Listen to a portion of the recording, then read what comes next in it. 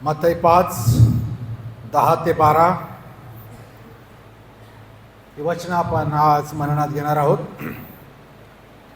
नीतिमत्वासाठी ज्यांचा छळ झाला आहे ते धन्य, कारण स्वर्गाचे राज्य त्यांचे आहे. माझ्या नामामुळे जेव्हा लोक तुमची निंदा व छळ करीतील आणि तुमच्या विरुद्ध सर्व प्रकारचे वाईट लबाडीने बोलतील, तेव्हा तुम्ही धन्य. 12 वचन, आनंद करा, उल्हास करा, कारण स्वर्गात तुमचे प्रतिफळ मोठे आहे. कारण तुमच्या पूर्वी जे संदेश ठेवून गेले त्यांचा त्यांनी तसाच छळ केला.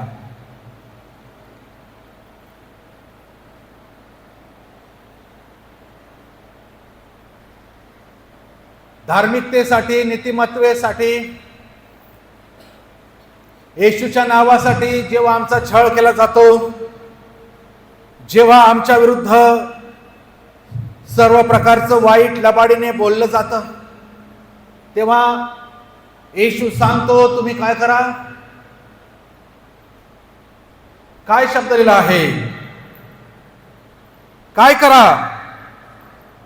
आपले पवित्र शास्त्र आहे का? आनंद करा, उल्हास करा, मोर्चे काढा.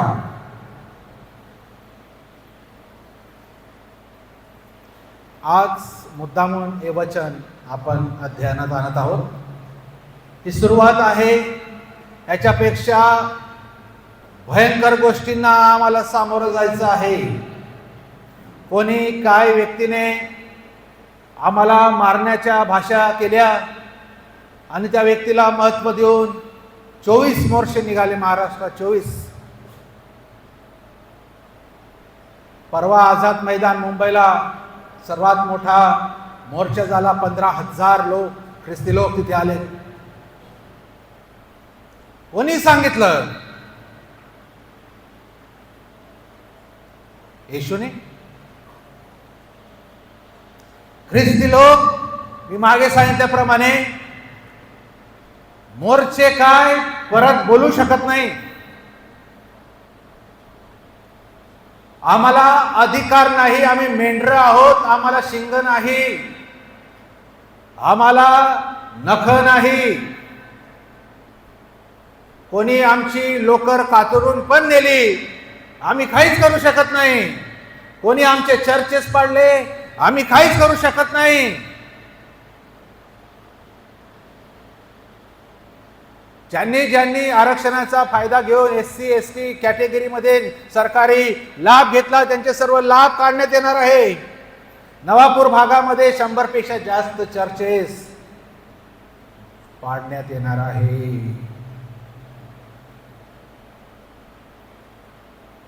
जेव्हा माझ्या नामामुळे तुमचा छळ केला जाईल, तुमच्या विरुद्ध वाईट बोलले जातील, तेव्हा तुम्ही धन्य आहात. आनंद करा, उल्हास करा.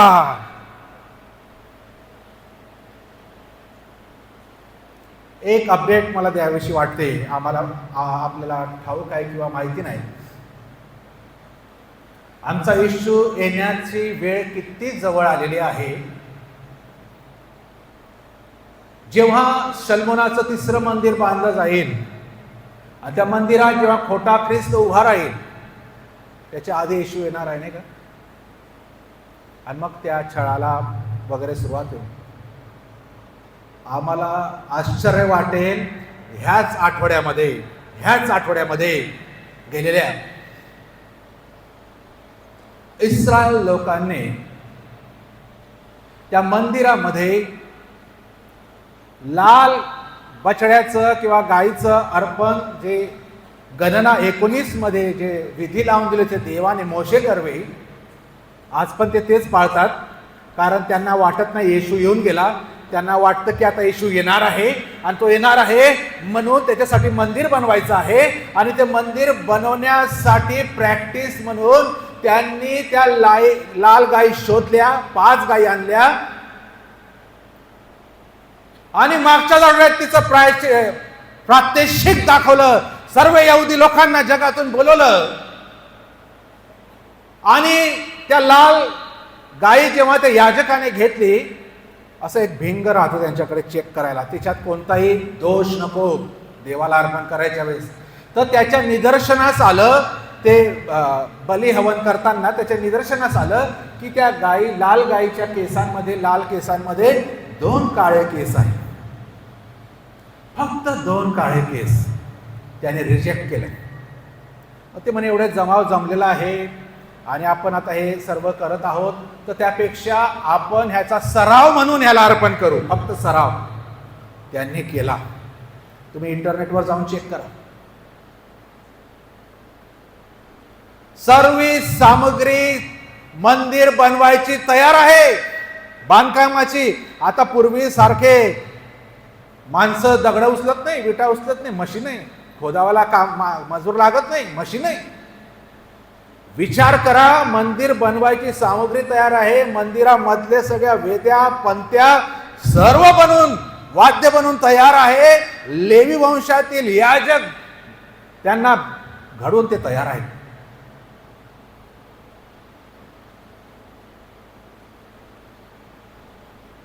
अर्पणाची वेळ गेलेली आहे. मंदिर बांधायला किती वेळ लागू शकतो आजच्या युगामध्ये याचं कॅल्क्युलेशन करा. आणि तेव्हा येशू त्याच्या आधी येणार आहे, म्हणजे येशू किती लवकर येणार आहे. छळ होतील, छळ होत आहे, आमचे मंदिर पाडलं जाईल, पाडणार आहेत. तुमचा सरकारी लाभ हीच परीक्षा आहे. मी एका पास्टरशी काल बोलत होतो, माझे मित्र, आणि म्हटलं त्यांचे लाभ गेले, मग तर पुष्कळ ख्रिस्ताला सोडून निघून जातील. 1-1 लाखाच्या वर पगार आहे. म्हणून येशू म्हणतो, जो माझा वधस्तंभ घेऊन माझ्या मागे येतो, म्हणजे खरोखर तो वधस्तंभ नाही, आर्थिक वधस्तंभ असू शकतो, वेगवेगळे वधस्तंभ असू शकतात. स्वतःला नाकारण्याचा वधस्तंभ आहे 4 लोकांमध्ये. येशूला आम्ही स्वीकारतो, त्यासाठी खमके उभे राहतो की त्याला सोडून निघून जातो, हा वधस्तंभ आहे. आणि आजचा काळ, आजची वेळ हे मोर्चे काढायची नाही. 24 मोर्चे काढून ख्रिस्ती लोकांनी वेळ वाया घालवला. ही वेळ मोर्चे काढायची नव्हे, ही वेळ चर्चला अधिक एकत्र मजबूतीने उभं राहून प्रार्थना करण्याची वेळ आहे. जे आम्ही ऐकत आहोत 2000 वर्षापासून, येशू येत आहे, लवकर येत आहे, लवकर येत आहे.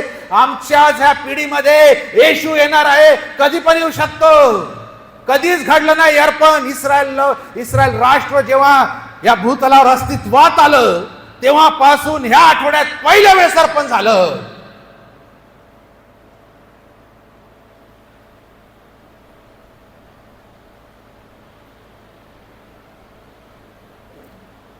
आम्हाला वाटतं ना, त्याच्याही आधी येशू येणार आहे.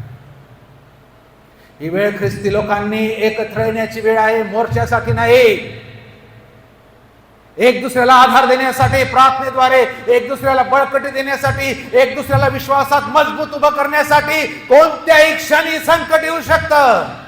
एखाद्याचे मंदिर राहतं की नाही आम्हाला माहिती नाही. इतिहास गवाह आहे, जेव्हा जेव्हा त्रास आणि संकट आले तेव्हा सुवार्ता प्रसार झालेला आहे.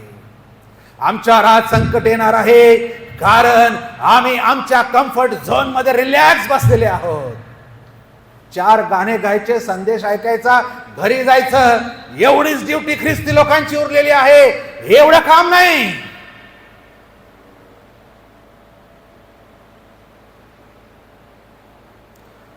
आणि आश्चर्य वाटतं, येशू ख्रिस्ताने त्याच्या सेवा कार्याला जेव्हा सुरुवात केली, जेव्हा तो 30 वर्षाचा पूर्ण झाला, यहुदी लोकांच्या चालीरीतीप्रमाणे 30 हे वय पूर्ण मॅच्युअर झाल्याचं वय आहे. आणि येशूने तेव्हा त्याच्या सेवा कार्याला सुरुवात केली. आणि सेवा कार्याला सुरुवात केल्यानंतर पहिलंच डोंगरावरचं प्रवचन दिलं. पहिलं प्रवचन जेव्हा येशूला शिकवत आहे, आणि पहिल्याच शिकवणीत येशू सांगत आहे, धार्मिकतेकरिता तुमचा छळ झाला ते धन्य. येशूच्या मागे येणारा प्रत्येक तो खरा व्यक्ती, त्याचा छळ निश्चित आहे.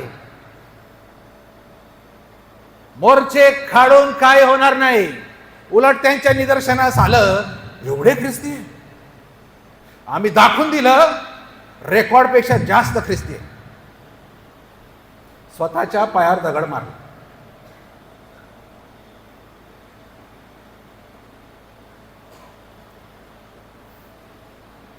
जेव्हा लोक तुमची निंदा, छळ करतील, तुमच्या विरुद्ध सर्व प्रकारचे वाईट लवाडीने बोलतील, तेव्हा तुम्ही धन्य, आनंद आणि उल्हास करायला उड्या मारा. स्वर्गातलं मोठं सुख सोडून दुःखाने भरलेल्या पृथ्वीवर देवाचा पुत्र आला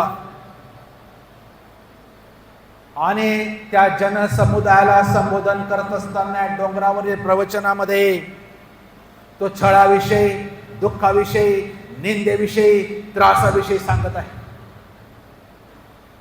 आशीर्वादांविषयी सांगत नाही. ख्रिस्ती जीवन सोपं नाही. आज 2 ट्रक भरून शस्त्र घेऊन लोक आले, म्हणतील आता ख्रिस्ताचा नाकार करा, तेव्हा कठीण आहे. इथे हालेलुया म्हणणं सोपं आहे, पण छळामध्ये येशूसाठी उभं राहणं, वेळी रक्त साक्षी होणं, हे पण तेवढंच महत्वाचं आहे. काय आहे छळ? कसा आहे छळ? छळ म्हणजे आम्ही त्याला म्हणता येईल की एखाद्याला भयंकर पीडा, त्रास देणं म्हणजे काय आहे? तो छळ आहे. आणि छळ म्हणजे आम्ही चुकीचं वागल्यामुळे, आमच्या पापामुळे, आमच्या मूर्खपणामुळे कोणी आमचा छळ केला म्हणजे तो छळ नाही. येशूसाठी झालेला छळ. आणि म्हणून 1 पेत्र 2 अध्याय आणि त्याच्या 20व्या वचनामध्ये आम्ही वाचतो, कारण पाप केल्याबद्दल मिळालेले ठोसे निमूटपणे सहन करण्यात केल्यास त्यात काय मोठेपणा, पण चांगले केल्याबद्दल दुःख भोगणे व ते निमूटपणे सहन करणे हे देवाच्या दृष्टीने उचित आहे. चांगलं केल्यामुळे ठोसे भेटणे, पापामुळे ठोसे भेटणे नाही. आणि म्हणून चांगलं केल्यामुळे पण जर आम्हाला आमचा त्रास होतो, आम्ही धन्य आहे. त्याच 1 पेत्र 3 अध्याय आणि 17व्या वचनामध्ये लिहिलं आहे, कारण चांगले करूनही तुम्ही दुःख सोसावे अशी देवाची इच्छा असली तर वाईट करून दुःख सोसण्यापेक्षा ते बरे आहे. आमचा छळ होत असेल तर तो चांगला आहे. देव सांगतो तो कोणत्या कारणास्तव चांगला आहे? देवाच्या वचनानुसार, धार्मिकतेकरिता, ख्रिस्ताच्या नामाकरिता कोणाचा छळ होत असेल तर तो किंवा ती आशीर्वादित आहे, ती धन्य आहे. म्हणून आमचा जो छळ करत असेल याचा अर्थ आम्ही आशीर्वादी आहोत, आम्हाला आशीर्वाद मिळत आहे. आणि आम्ही ते प्रार्थना करतो, देवा मला आशीर्वाद दे, आशीर्वाद दे. मग देव संकट पाठवतो, तेव्हा म्हणतो देवा आता हे दूर कर, म्हणजे आशीर्वाद काढून टाक.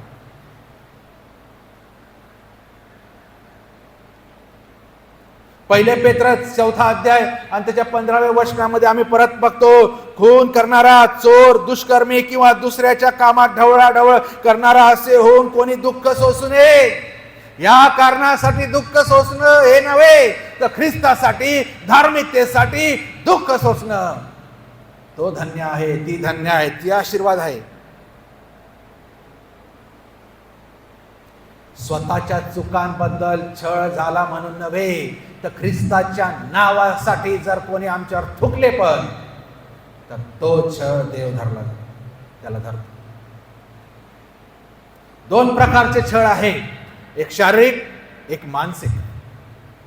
शारीरिक छळ आम्हाला माहिती आहे, या शरीराला वेदना देणं, मारहाण करणं, उपाशी ठेवणं आणि प्रसंगी प्राण पण घेणं शारीरिक. पण आम्ही बघतो मानसिक, व्यक्तिगत का आहे? शिव्या शाप देणं, टोमणे मारणं, निंदा करणं, अपमान करणं, तुच्छ लेखणं, थुंकणं, मानसिक छळ आहे. जो व्यक्ती या दोन्ही छळांविषयी बोलत आहे तो येशू या दोन्ही छळातून गेला. दोन्ही प्रकारचे छळ त्याला भोगावे लागले, त्याला सोसावे लागले. आम्ही बघतो छळ कोणाचा होतो, कोणाचा छळ होतो. आमचा छळ का झाला नाही अजून 100 वर्ष झाली? कोणाचा छळ होतो? मी मागे म्हटलं, आसाममध्ये आमचे बंधू स्टेन ग्रॅम आणि त्यांची 2 लेकरं यांना जिवंत त्या गाडीमध्ये बाहेरून लॉक करून जिवंत पेटून टाकलं त्याच्या लेकरांसोबत. मला वाटतं एक 7-8 वर्षाचा आणि एक 14 वर्षाचा असेल.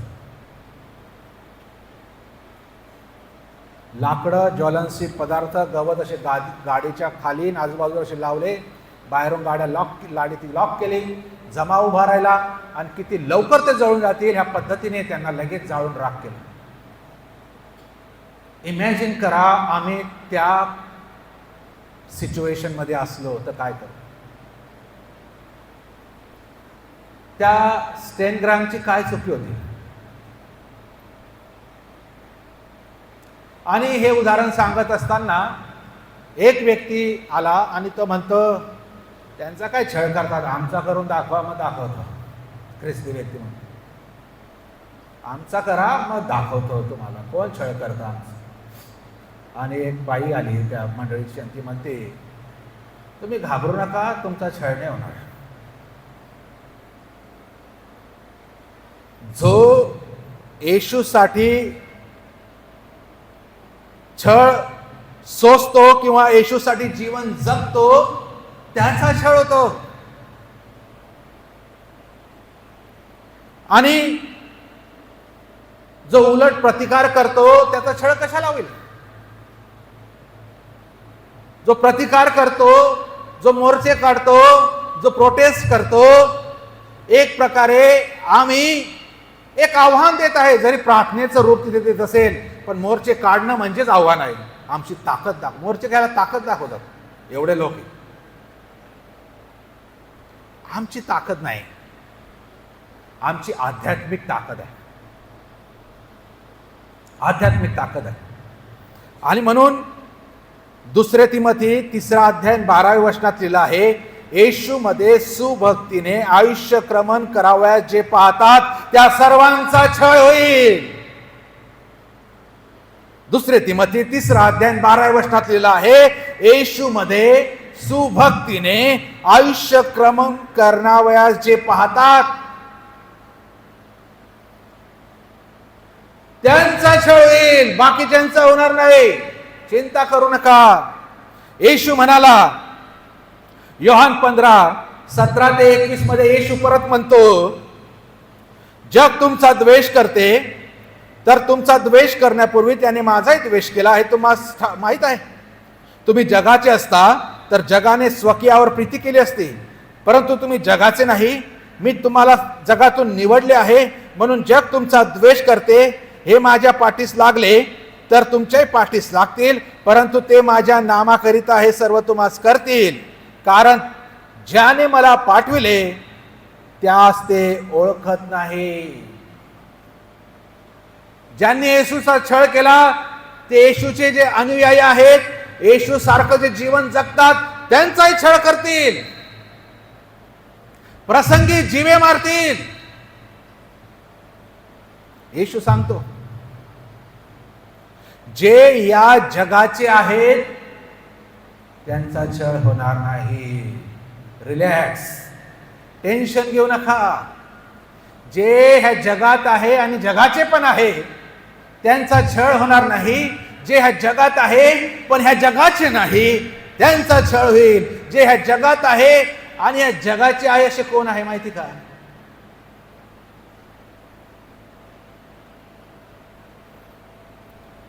आमच्या धार्मिक चालीरीती, आमच्या संस्कृती आमच्या एवढ्या हावी झाल्या आहेत, आमच्या इतक्या खोल शिरलेल्या आहेत ख्रिस्ती समाजामध्ये.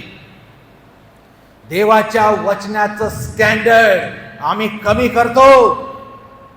देवाचं वचन काय म्हणतं ह्याला नाही बघत, हे चालू आहे ना, म्हणून आम्ही करतो, पिढ्यानपिढ्या चालू आहे म्हणून आम्ही ते करतो, आम्हाला करावं लागेल. लोक काय म्हणतील? जे ह्या जगात आहे आणि जगाचे बी आहे अशांचा छळ होणार नाही. मग छळ कोणाचा होता? लोक म्हणतात एकच आहे, तुमचं बी आहे, आमचं सारखंच आहे, आम्ही सर्व एकच आहोत. अशांचा छळ होईल का? जे आपल्या कार्यक्रमात येतात आणि आम्ही जर त्यांच्या कार्यक्रमात जातो, त्यांच्या चालीरीती अवलंबतो, त्यांच्यासारखे आम्ही जगतो, त्यांच्या संस्कृती आम्ही पाळतो, त्या आमच्यामध्ये इतक्या रक्तामध्ये शिरलेल्या आहेत का आम्ही आता ते विभक्त होऊ शकत नाही. आम्ही म्हणतो आम्ही सर्व सारखे आहोत.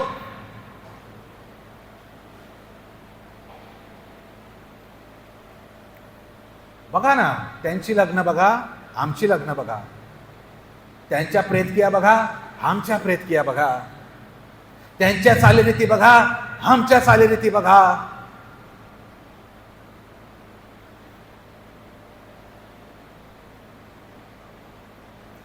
त्यांच्या कबरा बघा, आमच्या कबरा बघा. कोणीच सांगू शकणार नाही. फक्त एक क्रॉसमुळे ओळखली, क्रॉस ठोकतात ना, त्यामुळेच ओळखलं जातं. आमची लग्न, लग्नातल्या संस्कृती, मग ती हळद असो, मंगळसूत्र असो, मी परत बोलतो, मला बोलावं लागेल, मग कोणी काय बोला, कारण देवाच्या वचनाचं स्टँडर्ड कमी करता येणार नाही.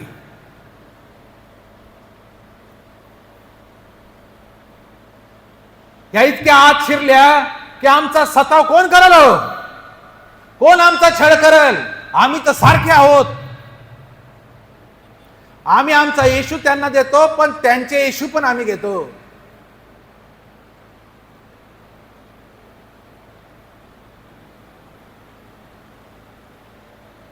दुसरा दिवस, तिसरा दिवस, 12वा दिवस, 40वा दिवस चालूच. या हळद चोपड, तेच हळदी लावून लावून पिवळे होऊन मरून गेले, पण आम्ही सोडत नाही.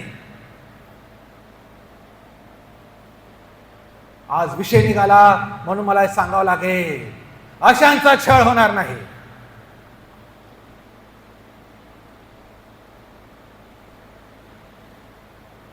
आम्ही वेगळ्या जगात आहोत, या जगाचे नाही, आणि म्हणून हे जगाचे आमचा छळ करतील.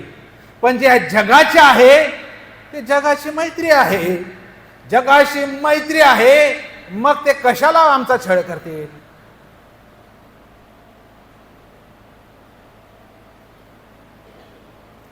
ख्रिस्ती हे आमचं कळप आहे, कळप, फेन्सिंग कळप आहे.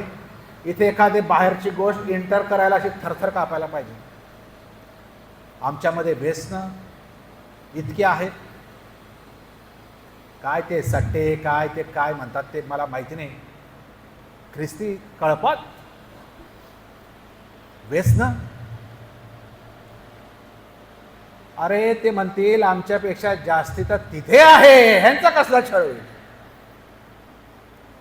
आम्ही जेवढं पितो आमच्या समोर त्यांच्यापेक्षा जास्ती, तर मी फक्त सेलिंग कुर्सं म्हणत नाही,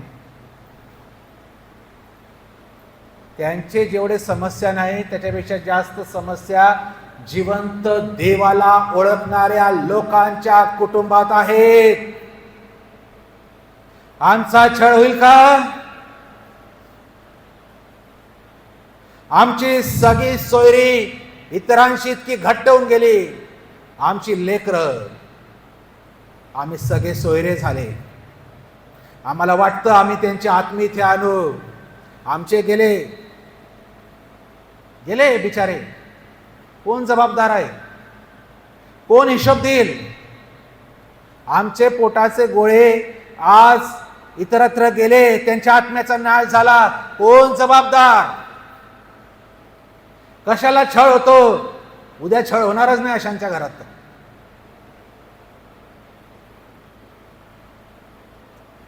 म्हणून हे हात ना उंच होत नाही. आणि अशी खोटी धार्मिकता, असा बनाव, असे चेहरे, हे बहरूपे देवंतकरण ओळखतो. आणि म्हणून छळ ख्रिस्ती जे येशूच्या मागे चालणारे आहेत, ज्यांनी देवाच्या वचनाचं स्टँडर्ड अजून ठेवलेलं आहे, त्यांचा छळ होणार आहे, बाकीच्यांचा बिलकुल होणार नाही. रोमकराचं पत्र 8वा अध्याय 16 आणि 17 मध्ये लिहिलं आहे. कोणीतरी वाचा रोमकराचं पत्र 8वा अध्याय 16 आणि 17.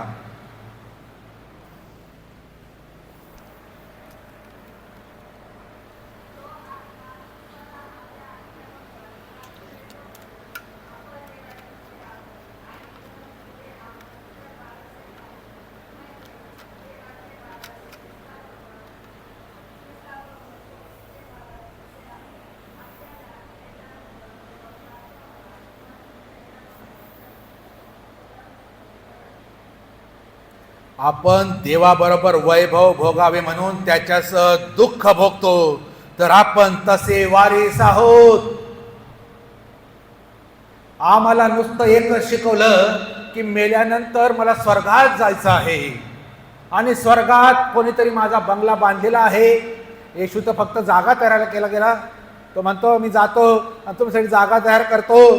पण नंतर आम्ही इतके पुढे गेलो, आम्ही आमचे बंगले तिथे बांधले, 3-3 मजल्याचे, 4-4 मजल्याचे. असं आम्हाला वाटतं आता बस इथून सोडलं का तिथेच माझी रवानगी आहे. या भ्रमात राहू नका. जर आम्हाला देवाबरोबर त्याचं वारिसत्व हवं आहे, रोम 8:16-17 लिहिलं आहे, आपण त्याच्याबरोबर वैभव भोगावे, त्याच्यासह दुःख भोगतो, तर आपण तसे वारिस होतो. त्याच्याबरोबर दुःख भोगतो तेव्हा आम्ही त्याचे वारिस होतो. नुसते कोणी तलवारीने आमचे गळे कापल म्हणजे छळ आणि सतावणे. रोजच्या जीवनामध्ये आमच्या तडजोडे, रोजच्या जीवनामध्ये येशूला नाकारणं, रोजच्या जीवनामध्ये छोट्या छोट्या गोष्टीमध्ये विकलं जाणं, रोजच्या गोष्टीमध्ये आमचा विश्वास असा आम्ही विकून टाकतो, ही देखील गांभीर्यपूर्ण गोष्ट आहे.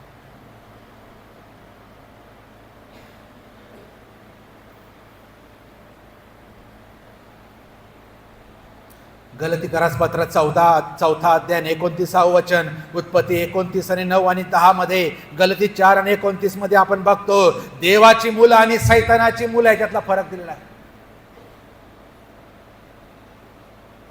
आणि हा काईन जो होता, उत्पत्ती आपण बघतो की हा दुष्टाचा होता, म्हणून त्याने नीतीची कृत्य करणारा हाबेलाचा त्याला हेवा आला आणि त्याच्या धार्मिकतेचा, नीतिमत्वाचा त्याने छळ केला, म्हणजे त्याला जीवे मारले. म्हणजे पहिला रक्त साक्षी धार्मिकतेकरिता झालेला हा हाबेल आहे. त्याच्या सख्या भावाने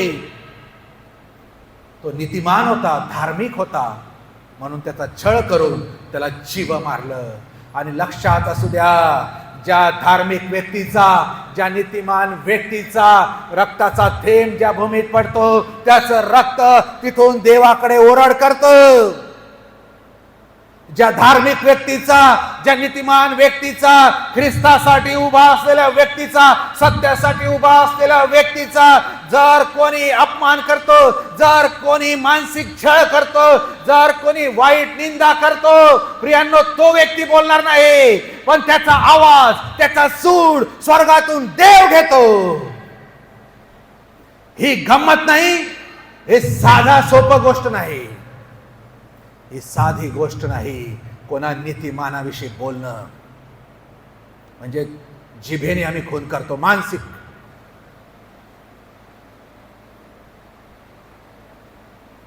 आणि काईनाने एका नीतिमान, एका धार्मिक त्याचा भाऊ,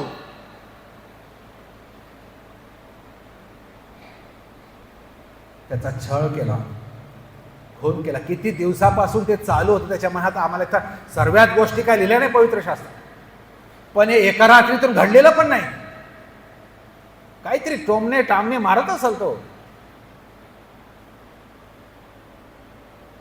मोठा होता.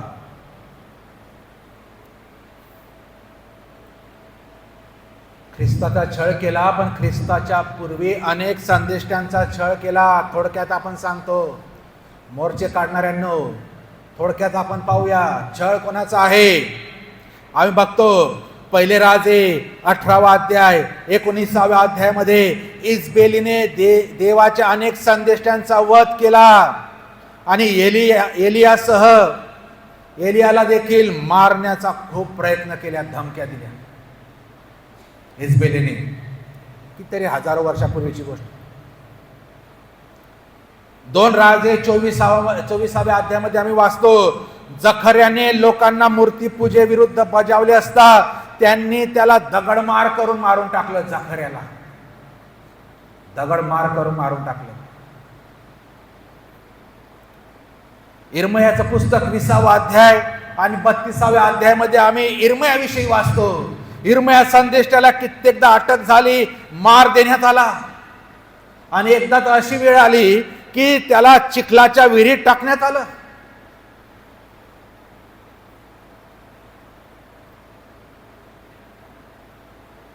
देवासोबत एकनिष्ठ राहणाऱ्या शद्रक, मेषक, अबेदनगो यांना तर त्या मूर्तीसमोर नमन करत नाही म्हणून 7 पट तापवलेल्या अग्नीमध्ये धमकी दिली, नाही टाकलं. दानिएलाचा 3रा अध्याय. आणि दानिएलाला 6व्या अध्यायामध्ये सिंहाच्या गुहेत टाकण्यात आलं.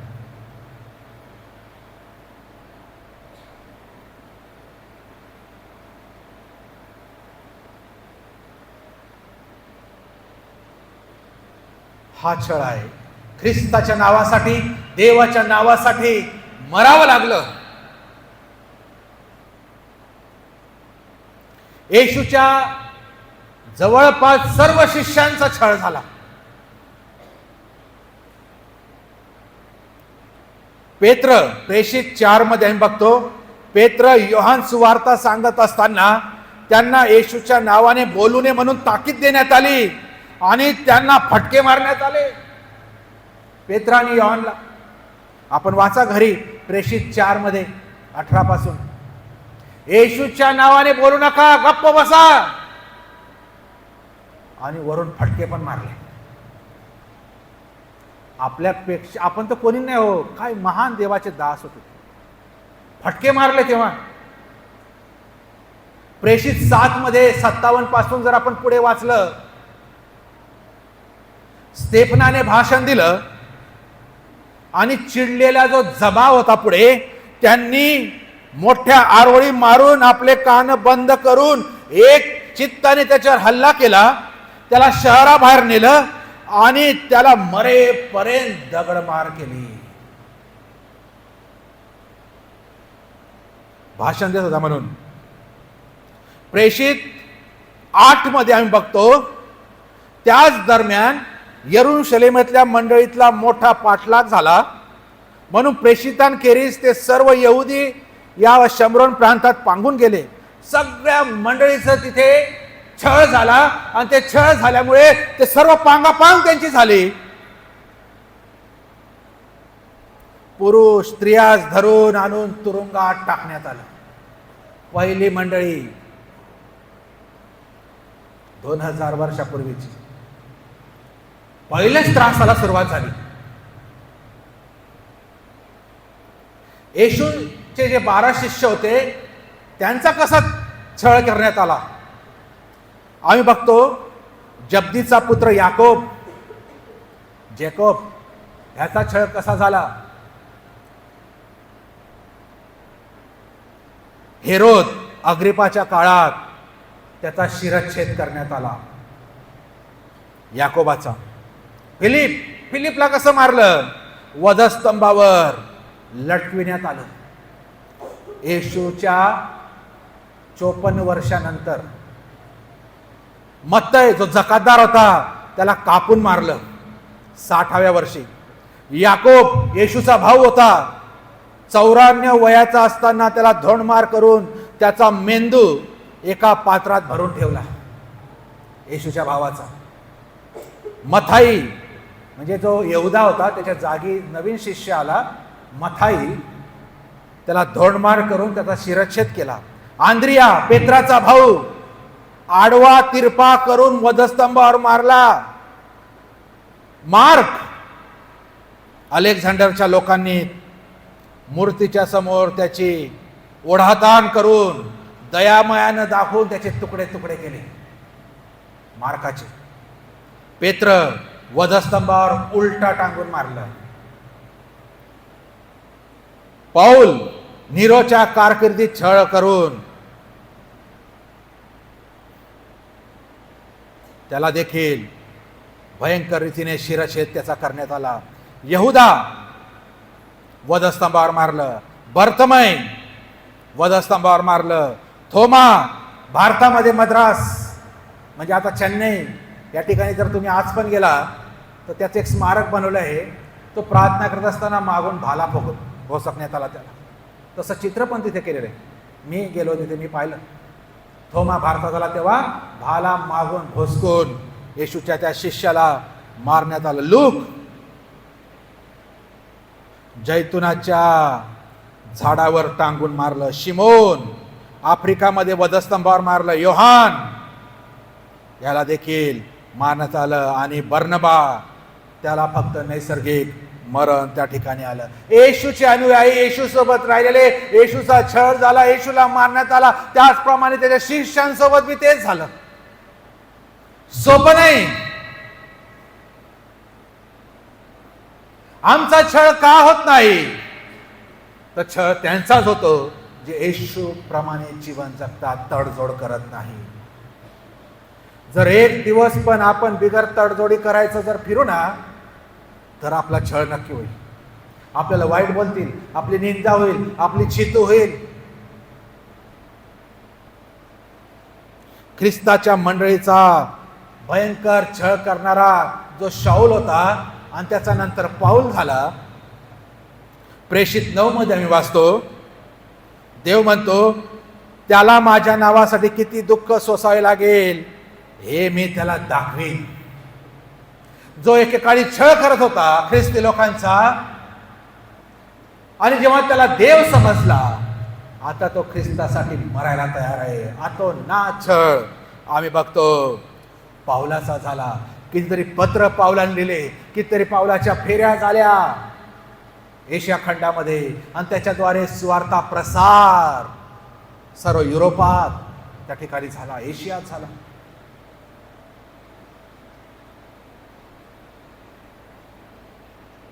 पावलाने ख्रिस्ताकरिता जो एके वेळी छळ करत होता, त्याने ख्रिस्ताकरिता मूर्खपणा, अशक्तपणा, अप्रतिष्ठा, भूक, तहान, उघडे वागडेपणा, मार, बेघरपणा, श्रम, निर्भसना, निंदा सर्व काही सहन केलं. प्रेषित 4 मध्ये आम्ही वाचतो, त्यांनी लिस्ट लिहिलेली. प्रेषित 4:10 ते 13 मध्ये लिस्ट लिहिलेली. त्यांनी ख्रिस्तासाठी काय काय सोसलेलं आहे.